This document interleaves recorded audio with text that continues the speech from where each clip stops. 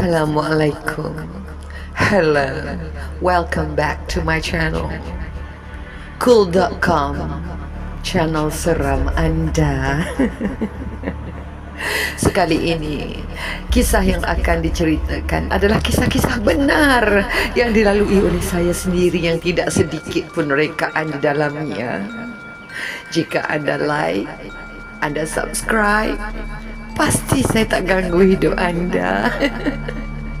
Sila like and subscribe kerana ianya percuma.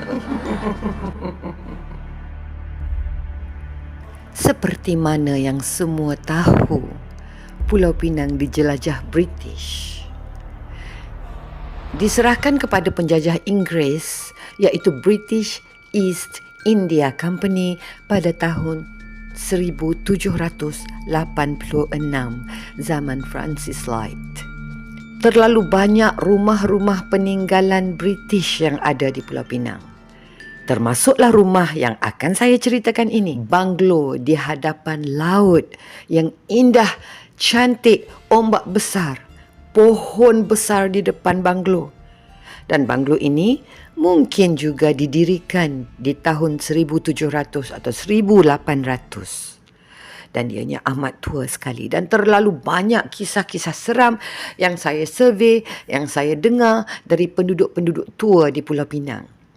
Salah satu ceritanya terjadi kepada saya disebabkan terlalu minat. Banyak tempat-tempat seram bersejarah, orang gantung diri, orang kena bunuh, tempat tinggal British, semuanya saya jelajah.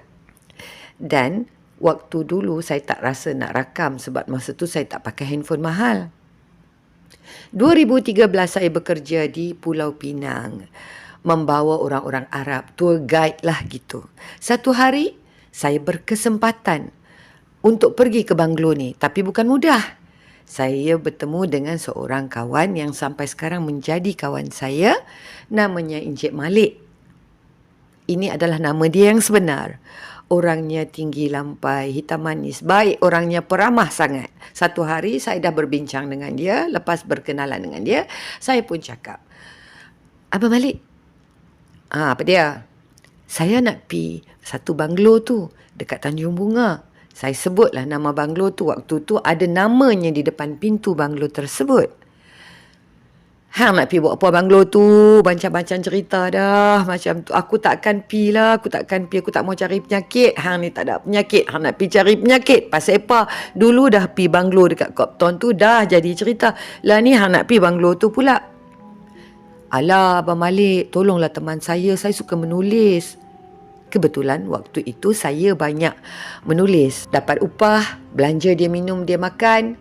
Pukul 3 petang besoknya. Saya dah tak sabar-sabar lagi dah sebab dah terlalu lama menunggu. Dalam perjalanan tu dia ada cerita kepada saya apa yang pernah terjadi dalam rumah tu di tahun 80-an macam tu. Ada satu pasangan nak pergi memadu asmara di dalam bangunan tersebut. Dan bangunan tu pun dah jadi hutan, dah ada hutan. Walaupun batu-batu dia masih cantik, masih teguh, masih kekar lah orang kata. Depan laut tu suasana yang begitu indah. Jadi menjadi tempat-tempat orang memancing, tempat-tempat orang yang tak sabar, yang tidak tahu adab melakukan perkara-perkara yang tidak diredai di dalam bangunan tersebut. Satu pasangan telah memilih tempat ini yang amat puaka ini untuk berdating. Dan di tengah-tengah perkara yang tidak diredai itu, yang si lelaki itu telah memandang satu tubuh yang tinggi, rambut panjang, pakaian putih kotor berdiri di hadapan mukanya dan dia menjerit dan dia terus lari keluar daripada bangunan tu tanpa membawa girlfriend dia. Jadi girlfriend dia tertinggal katanya. Dan lepas beberapa hari dia pun jadi sakit dan lepas masa dia balik tu dia sakit dan selepas dia sembuh mereka pun pergi cari perempuan tu. Dan perempuan tu pun juga sama berada dalam keadaan ketakutan dan penuh linglung. Bayangkan 2-3 hari dia di dalam bangunan British yang terlalu seram. Ini adalah salah satu ceritanya dan Malik sekali-kali tidak mahu masuk. Dia duduk di tepi jalan raya. Saya park kereta saya sebelum bangunan tersebut sebab tiada pintu. Pintu yang besar sangat ditutup pintu besi yang besar ditutup dan memang tak akan boleh buka. Sebelah kirinya ada hutan. Hutan ni ada tangga. Tangga menuju ke bawah ke rumah tersebut. Jadi dia agak tinggi dan agak curam. So, hutan kiri kanan. Tempat pegang tak ada, saya pegang pokok saja. Jadi, saya pun turun. Saya turun bawah pelan-pelan. Lah makin sampai ke bawah pasir-pasir dan batu besar-besar di depan saya. Di sebelah saya, kanan saya hutan dan ada batu besar dan pasir-pasir. Kemudiannya saya jalan satu persatu. Saya melintas ke satu rumah yang agak rendah tapi panjang. Seperti rumah maid. Rumah maid lah saya rasa. Ada 3-4 pintu kayu. Bangunan British putih, pintu kayu berwarna putih kelabu dan ianya pun dah buruk sangat. Di bawah tu semua dah pecah lah. Ada lubang di bawah. Jadi saya masuk terus. Sebelah kiri saya ada satu batu, lengkok batu di tengah-tengah tu. Ada pokok besar sebesarnya. Di situ tempat mereka memuja, tempat apalah dulu. Dan segala pembunuhan, tembak-menembak, semuanya telah terjadi di sini zaman dulu. Di sebelah pokok yang besar tu sekali ada tembok batu dan di sebelah tu ada batu besar, ada jambatan sikit di mana orang memancing di situ. Dulu orang cerita kalau orang memancing di situ akan dibaling batu dari rumah tu. Macam-macam lah orang diganggu. Saya berjalan lagi melintasi rumah-rumah maid tersebut dan di depan saya ada bangunan batu tinggi 2 tingkat yang saya begitu teringin nak masuk selama berbelas tahun. Akhirnya sampai cita-cita saya. Akar-akar tumbuh di dalam, masuk tingkat bawah. Batunya batu zaman British. Bayangkan macam mana tebalnya, kuatnya batu itu. Saya masuk.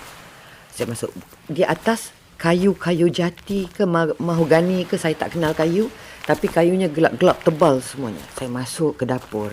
Tidaklah sebesar mana ya rumah dulu-dulu, tapi kualitinya wow. Masuk ke dalam, bunyi ombak yang begitu kuat sekali. Angin yang kuat sekali. Saya masuk ke dalam dapur, sampai ke tandas dia gelap tapi ada marmar biru. Masih elok lagi semuanya walaupun puluhan tahun. Saya jalan lagi. Firasat saya ni selalunya mengatakan sesuatu. Dan hari itu firasat saya mengatakan, kau jangan cari pasal naik ke atas, nanti kau tak turun. Jadi saya jalan, dah cukup dah aku rasa aku melihat kecantikan bangunan ini. Terlalu cantik. Akhirnya aku dapat memiliki bangunan ini. Begitulah kata hatiku. Kemudian saya pun jalan keluar balik. 3 petang ni. Masa tu mungkin 3:30 petang. Saya pun keluar balik. Suasana sunyi, cuma bunyi ombak, burung. Itu saja. Perasaan saya di waktu itu, di dalam rumah itu, terasa seperti ada yang melihat saya. Di sebelah kanan, di belakang saya, di kiri saya rasa ada orang ikut saya. Bila sampai ke toilet yang gelap tu, saya rasa ada orang pandang saya di dalam. Tapi saya tidak melayan perasaan saya disebabkan saya memang begini, suka pada benda-benda yang menakutkan begitu. Dan di hari ini saya dapatlah padahnya. Nasib baik tak demam. Pendek kata, aman, damai, indah, sejahtera lah tempat tu dengan bunyi ombak yang begitu indah. Saya keluarlah daripada bangunan tu. Selamat tinggal, kau begitu indah. Jalan ke kiri. Ada rumah maid 3 pintu. Sampai ke pintu kedua, ada lubang di bawahnya. Dalam runtuhan-runtuhan batu tu. Saya pun tunduklah. Bengkokkan badan saya. Bengkokkan kaki saya. Saya pun duduklah tengok. Bila saya pandang ke bawah, oh ada batu. Ada macam tempat orang memasak lah. Dia tak nampak semua. Nampak kaki-kaki saja. Dalam saya pandang-pandang tu, tiba-tiba ada satu benda putih yang merupakan kaki. Menjulur 2 kaki putih di hadapan saya. Saya tak lari. Saya terus menonton. Saya tengok lagi kaki tu. Kaki siapa ni? Mana ada orang kat dalam ni? Kaki perempuan yang amat cantik. Putih. Pucat.